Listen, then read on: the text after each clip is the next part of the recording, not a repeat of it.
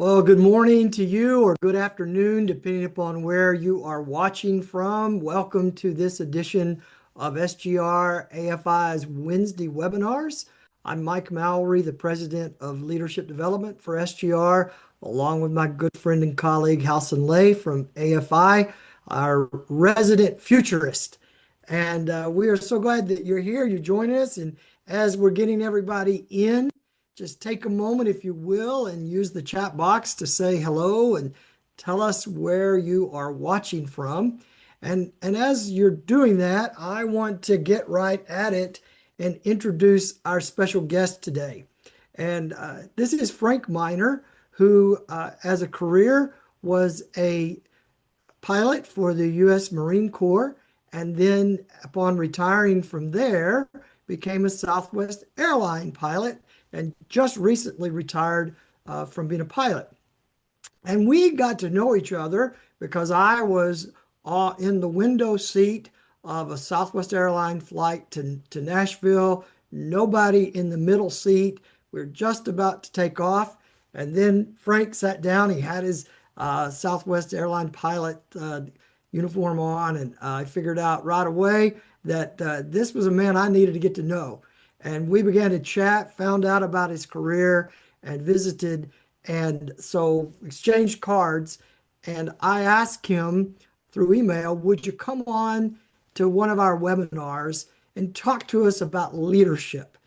And found out that he was a part of the supporting General Mattis in the invasion of Iraq so many years ago now. And that was fascinating. And certainly because I had had the privilege of interviewing General Mattis about his book, Call Sign Chaos. So we exchanged some stories about that. But Frank, really glad that you're here with us.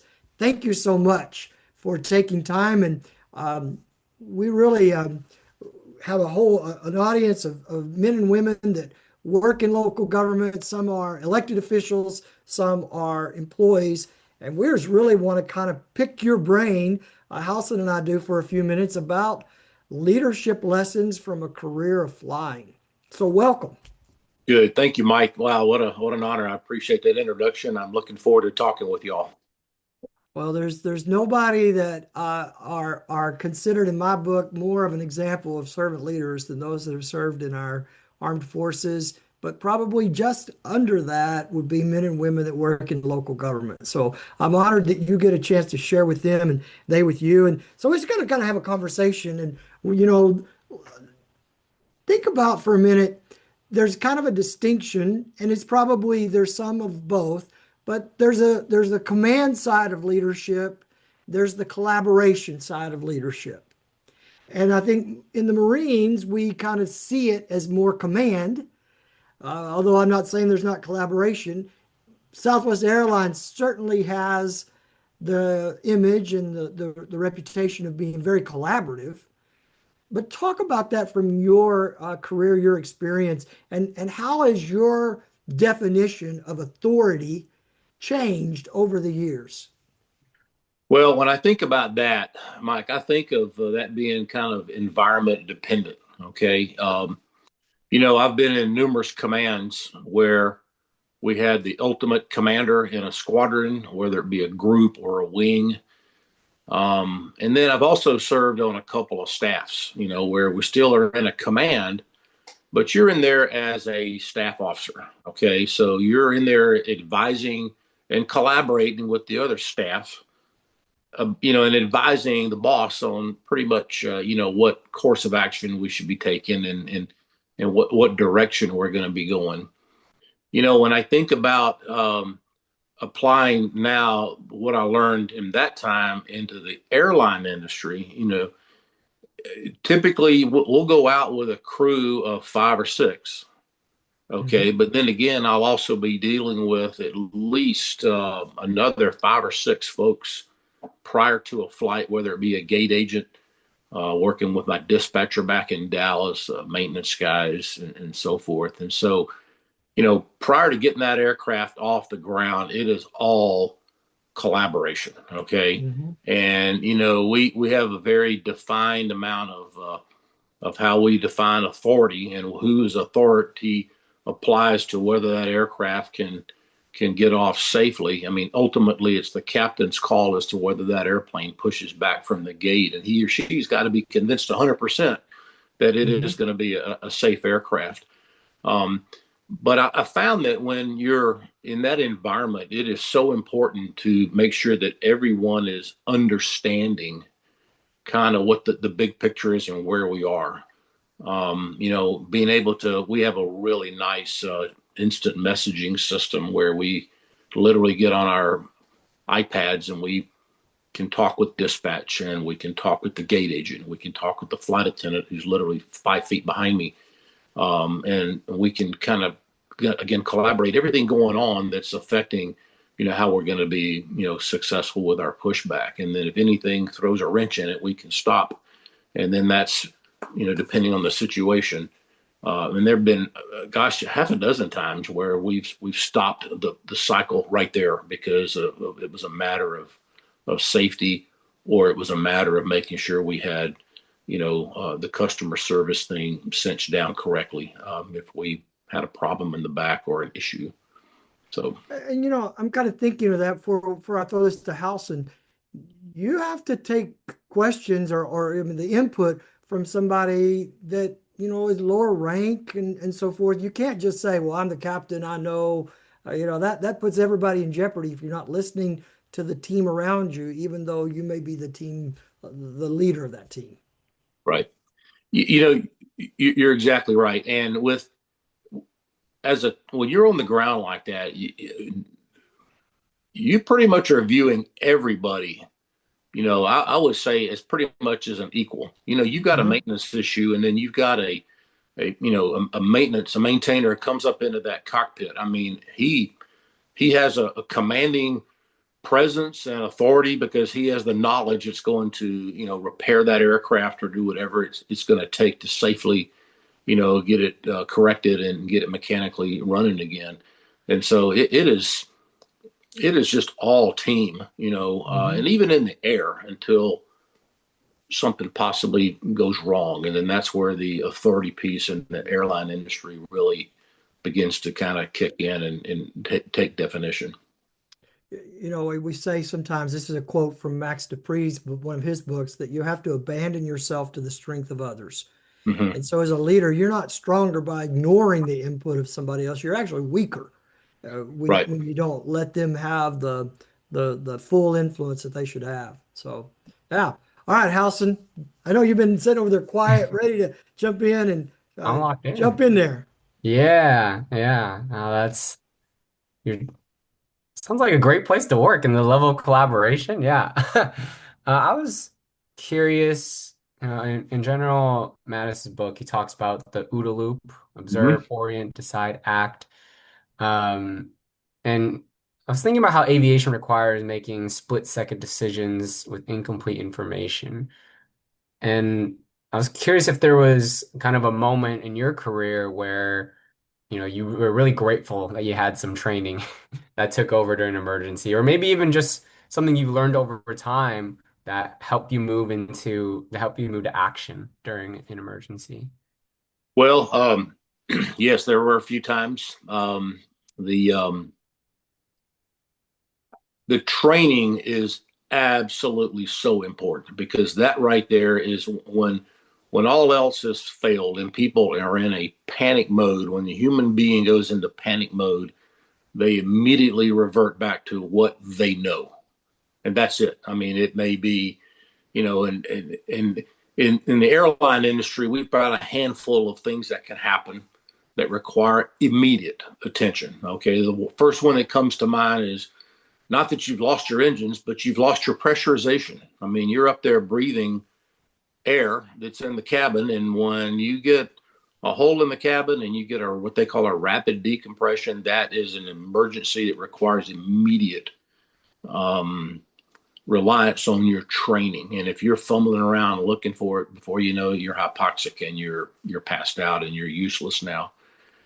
Um, with the first of all, you mentioned General Mattis a little while ago, and just real quick, my relationship with him was is that I was on his in a command off to his left flank when we were going up through Operation Iraqi Freedom. He was the division commander off of our right side, and I had a chance to meet him on two occasions during some planning conferences, and just his reputation precedes him. I mean, I everyone knew who General Jim Mattis was, in the Marine Corps, just based on his sole reputation. So, and here's a man that had put his commands through the paces of just training and training and training, so that when something happened and it all, fell apart, they knew exactly how to react and how to respond to that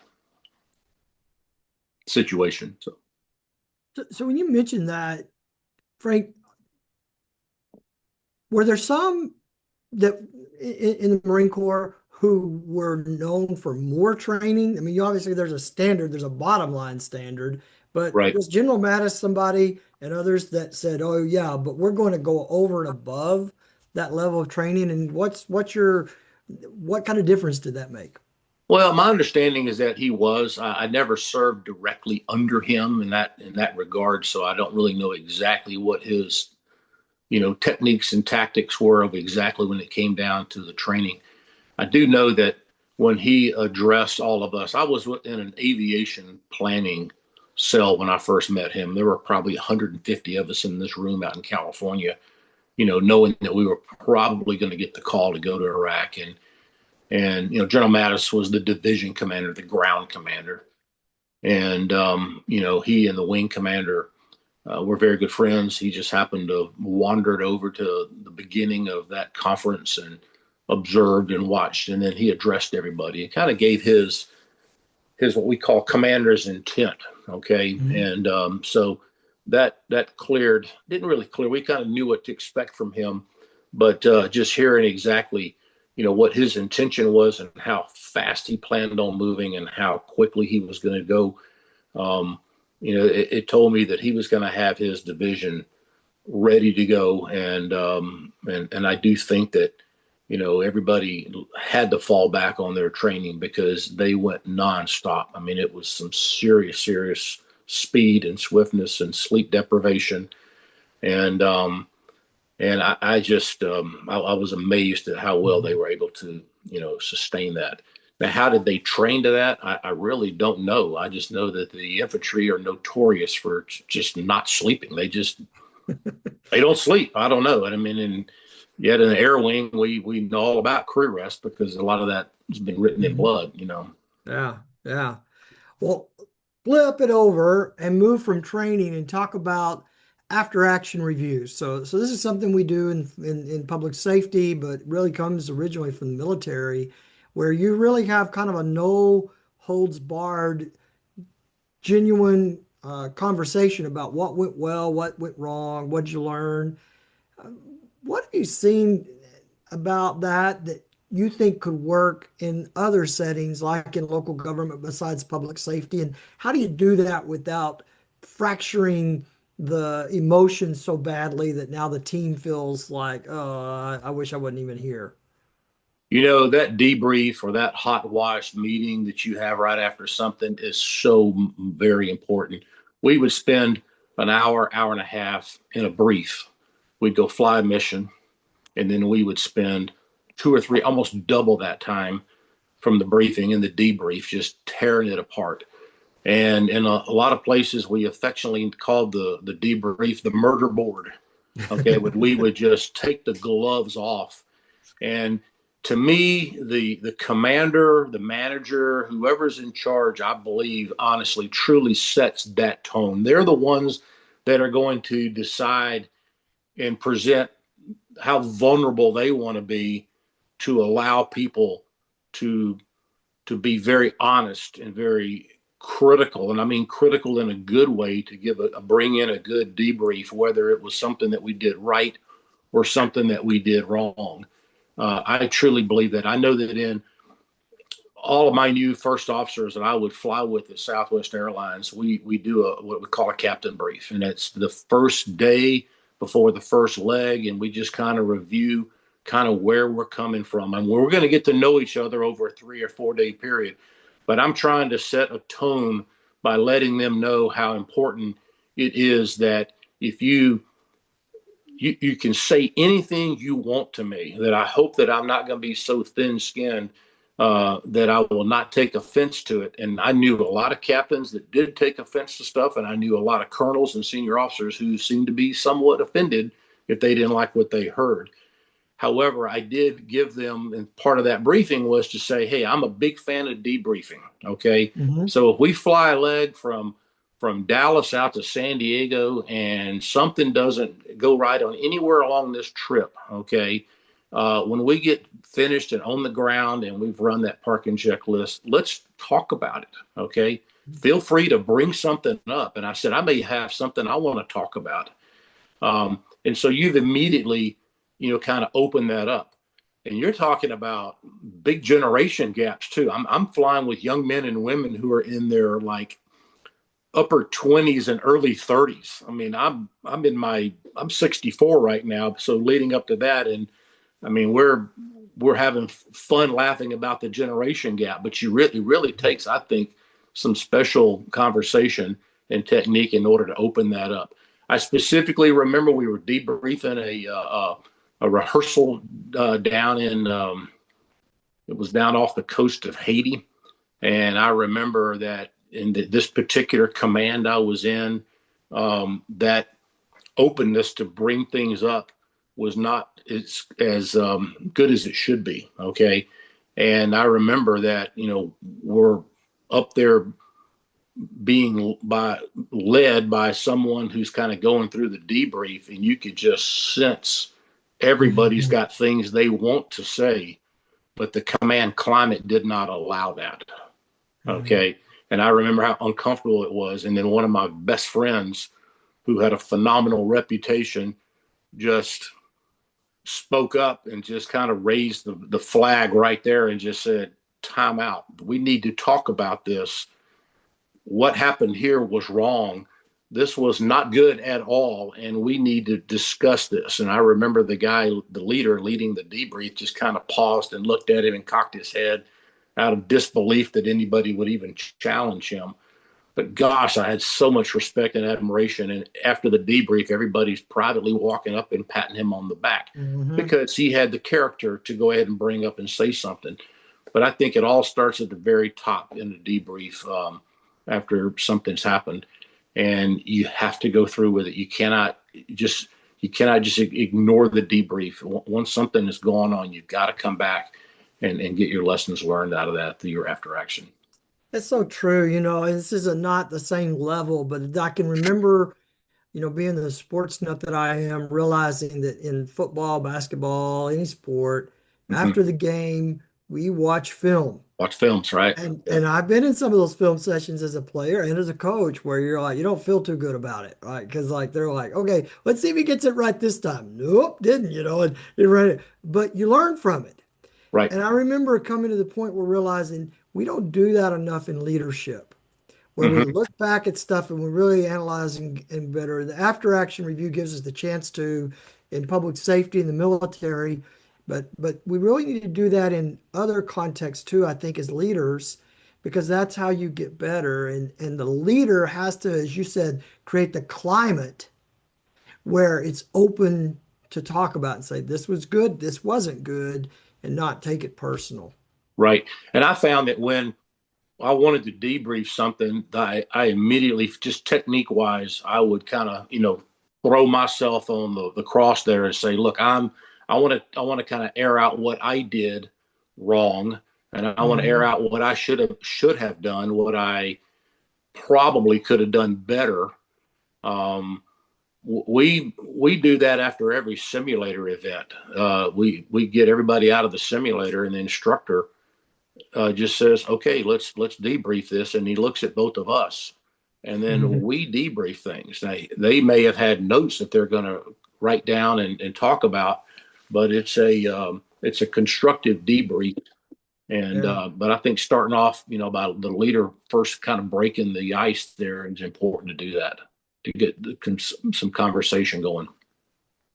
All right. Speaking of generation gap, let's throw it back to Halson. He's the young futurist, and we're the old guys. Halson, let me throw Yeah. it to you, man. Yeah, no, I'm just really I think I'm impressed and astounded by the I guess the how essential the debrief is and protecting that against needs to be efficient or any pushback of like, oh, we got so much stuff to do, let's not debrief, right? It's one of those things that's really important, but oftentimes not urgent. And another thing that stood out to me was how it sounds like in some cases you're meeting folks for you're for the first time, and then you're going to be with them to 3 to 4 days. And so Yep. I was curious, how do you build trust with people who you've just met, but really can't afford to make big mistakes? Well, we've got 11,000 pilots plus at Southwest Airlines, and the other airlines like Delta and American are even bigger. So you figure we're broken up into bases. I would probably 97, 98% of the people that I flew with on a weekly basis were people I had never even met before. It was a real treat to fly with somebody that you were familiar with, that you really Mhm. liked, and you had kind of a camaraderie because we all really, have a good time, being pilots and talking flying stories. But to answer your question, I think that one of the most important elements of that is no kidding, taking the time to get to know that person, taking the time to find out about their family, about their backgrounds, and really showing that you, as the captain, really do care about getting intentional and getting to know this person's story. I think by doing that, a person feels they feel respected.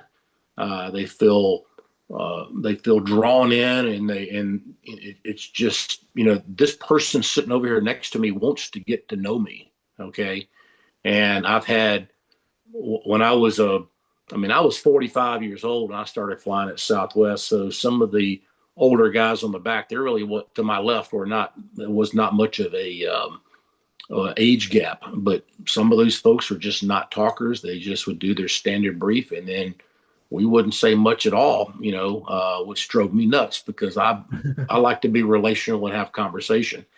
And so you have to you know, kind of get the ball rolling with them sometimes. And if anything, I just love making fun of the generation gap and just some of the similarities. And we made that into a comedy most of the time. So I used to show up with all kinds of good boomer jokes because that's what we are. So, Yeah. yeah. Yeah. We're what everybody wants to be. I mean, let's face it, everybody listens to our music, and they don't even write their own music. They just listen to ours. So, Right. That's right. so Frank, one of the things I learned from my interview with General Mattis, I didn't know about Marines, is that when you get a certain rank, they hand you a certain set of books, and you read those and study those and so forth. And that was very fascinating to me. You had a long career of learning, growing as a leader. Talk a little bit about what were some of the experiences that were maybe hard for you, but really catapulted you to another level in your leadership capacity. I'd be fascinated to hear what helped you grow as a leader. Well, I think that first of all, you have got to be true to yourself, meaning you have got to be yourself. You cannot walk out there in front of a formation or in front of a group of Marines or a group of staff officers or whatever and try to be something that you are not. You see it. You see it coming. You see people trying to do that, and it's just it's silly. It's sad, and it's it's almost disrespectful to the subordinates. So you've got to be yourself completely.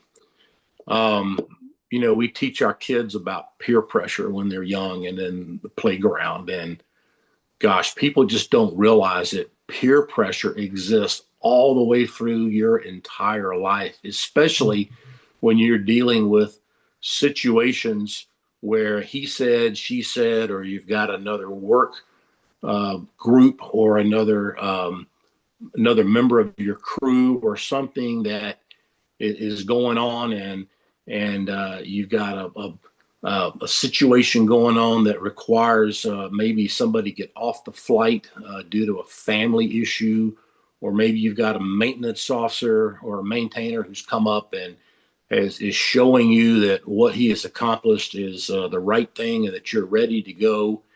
And then you have someone say, yeah, we just had this problem on another aircraft the other day. It'll be just fine. Mhm. And even maybe the book is insinuating that everything's correct, but something's just not 100% there. And it happens to be the last day of the trip, and we're going to go home on the next leg. That peer pressure, it is a real thing. And that's where you've got to really dig deep in order to be yourself and know that and do the right thing. You can Mm. never, ever, ever be faulted by doing that right thing. And it'll continue out.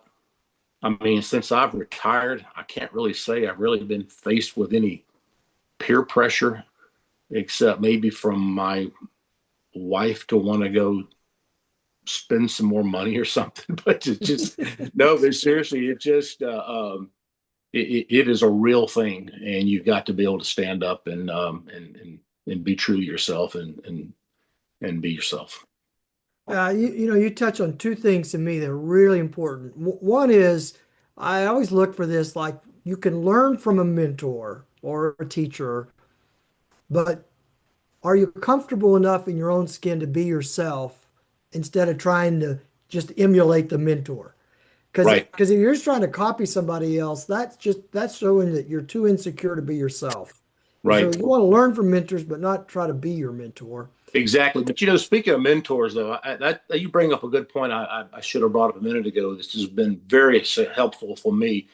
Is that I think of a lot of the mentors I've had, and they're not there, and I've learned from them. But what really works a lot too, when you're trying to make the correct decision, is to literally ask yourself, what would that person do right now? I mean, Hmm. I've got a very dear friend, sadly, that perished in a plane crash years ago, but his name was Pete. And to this day, it could be anything in life. And I'll just sometimes fall back and go, what would Pete do right now in this situation? My grandfather, my papa, was one of those people that I could always, to this day, pull back and go, what would he do in this situation? Hmm. And you can still be yourself, but at least you've got, no kidding, a good example and even a little bit of a roadmap now to do the right thing because of the respect you had for that person who was a mentor. Yeah, I've heard it said before, and I love this, that a mentor is someone that you know what they would do in that situation, even though they never were in that situation. You All right. just know it. Yeah.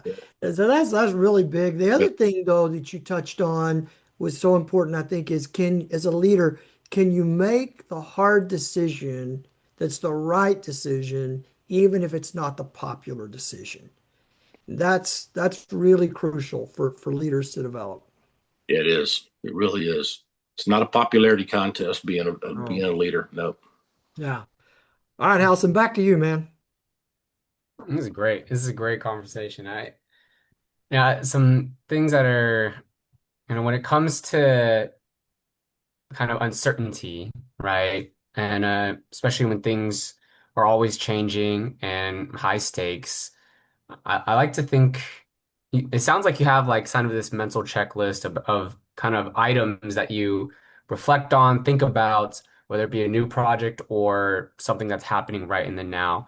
And a few that I've heard so far are really seeing people as them rather than just their role, right? Hmm. Another is like, what would my mentor do?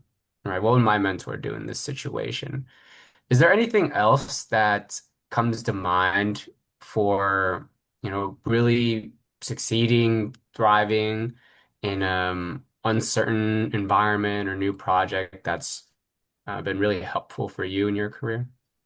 Well, you mentioned the checklist. I am a checklist junkie. I live my life on checklists, and it just keeps me organized very, very well. So I mean, I can't even pack a bag. I can't even pull out of the driveway to go to Dallas unless I go through my quick checklist in my brain or my little 3x5 card in the car if I'm going up for a particular event. One thing that we would do in the Marine Corps, and I know that it kind of carries over into the airline industry as well, but when we're getting ready to prepare for something new, we're preparing for a mission or an operational plan or something. And we did a lot of this at the much broader level, more of the broader operational level and the tactical level is we would put together a game plan. Okay, so and let's just take something simple. The invasion of some country because of what they're doing, some bad actor. And so we would gather up all of our information. Obviously, we looked at our forces we can expect. We look at today's technologies, our capabilities, and then we come up with some game plans. And we'd always come up with two or three different courses of action. And we would capture all this on paper and notes. But then what we would do, we would rehearse this. We call it just war game it. Mm. Okay. And we would go through these different sequences and these sequels, that of what would happen. If this happened, then we're going to do this. If this happened, we're going to do this. And we would jot down lots of these different things and capture those. And that would go in the 3 ring binder as part of the O plan of what's going to happen. You apply that to the airline industry and leadership with things that don't go right. Okay. I've got a procedure for what I'm going to do for an engine failure. I've got a procedure for what I'm going to do for rapid decompression. I've got a procedure for a bomb threat on an airplane, whatever. But you take a situation like Tammy Joe had on that airliner a few years ago where her engine came apart and a poor lady died when she was half sucked out the window. And now she's got an engine failure.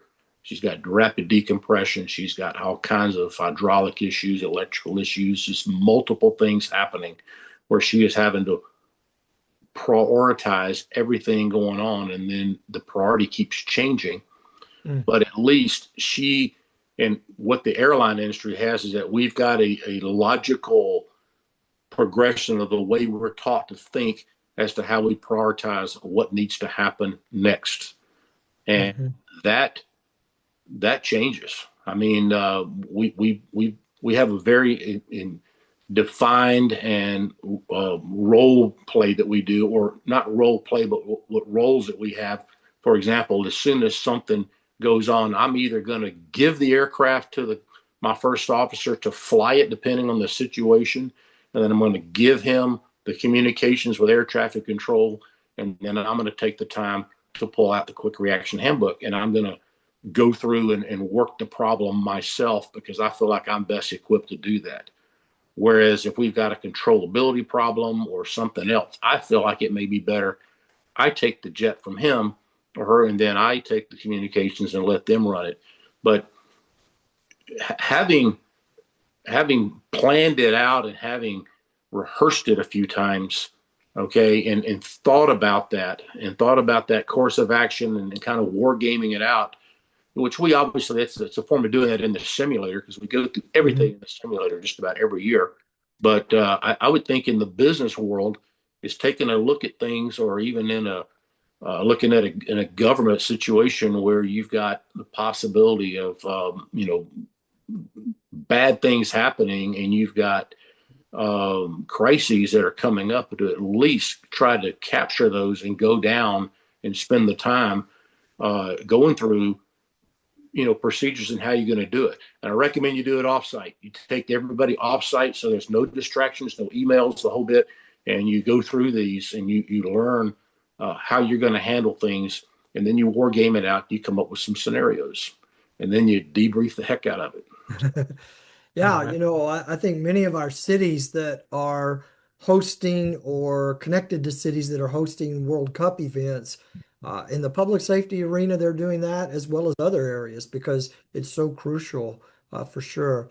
I know Howson's going to want to ask a question about younger self, what you might ask your younger self, but we'll make that the last question. But before we do get to that one, I want to ask you about communication because every organization and probably every leader struggles to make sure, hey, um, how's communication? What have you learned through this great career that you can use to help us with when it comes to the topic of communication?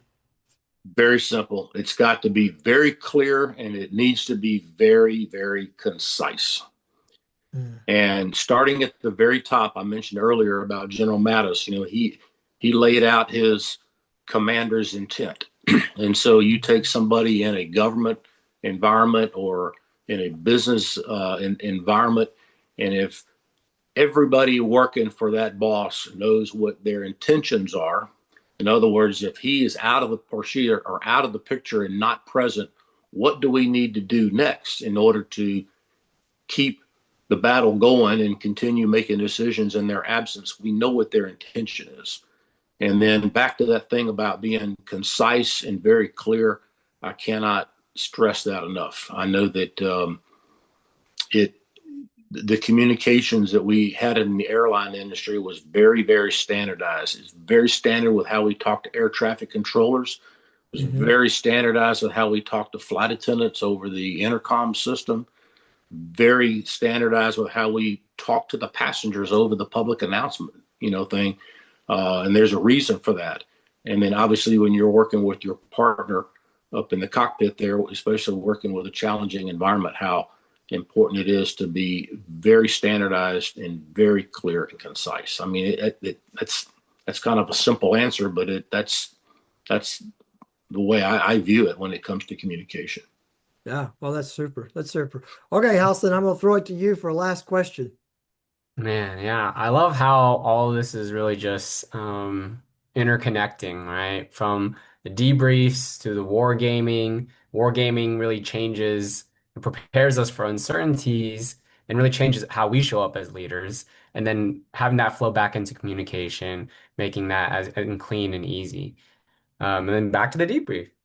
And so, I love to learn, Frank, reflecting back on your career in the Marine Corps and the Southwest, if you could go back and give your younger self one piece of leadership advice that you didn't fully understand until you were a senior captain, what would it be? Wow, I looked at that question earlier, and I don't even know where to begin. Um, I'm going to fall back to something I said earlier in the conversation, and that is to be yourself. I truly do believe that. I think of times where I showed up into a new command, didn't know anybody, trying to immediately blend in, fit in, run with the right guys, figured out who all the people are and what their functions are and how that all works in there. And I truly do believe that you've just got to be your own man, your own woman. You've got to be your own personality and be yourself.